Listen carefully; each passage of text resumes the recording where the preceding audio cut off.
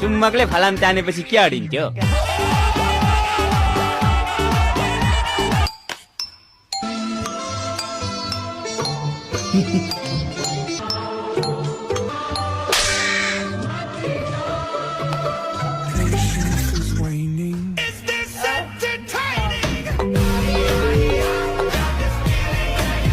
By the way म तपाईको उमेर सोध्न सक्छु?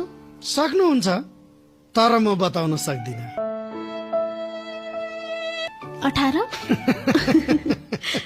बाबा कस्तो केस! वास्तवमा आजभन्दा 18 वर्ष अगाडि मलाई 18 वर्षको भन्थे।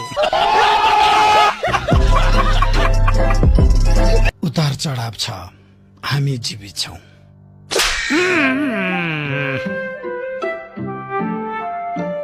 यो हजुरबाले खुसीको थप्पड दिनु भएको?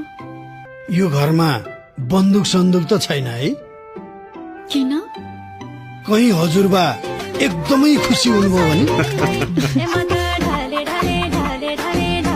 तपाईँ यो घरको को? वास्तवमा अनुसन्धान गरेर भन्नु पर्दा म यो घरको मालिक। मालिक? त्यस्तो त देखिँदैन। मालिक भन्ने बित्तिकै अनुहार विनोद चौधरीसँग मिल्नु पर्छ भन्ने छ। तपाईले बिहेको बारेमा केही सोच्नु भएको छ?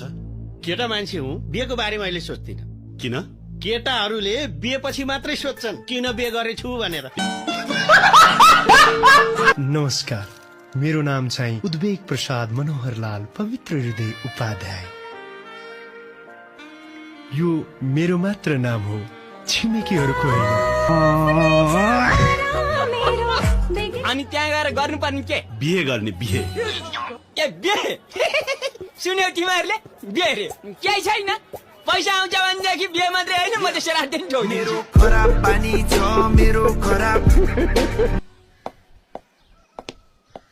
शाला मटर चढेर आएपछि त माग्नेले नि सलाम भेट्दो रहेछ।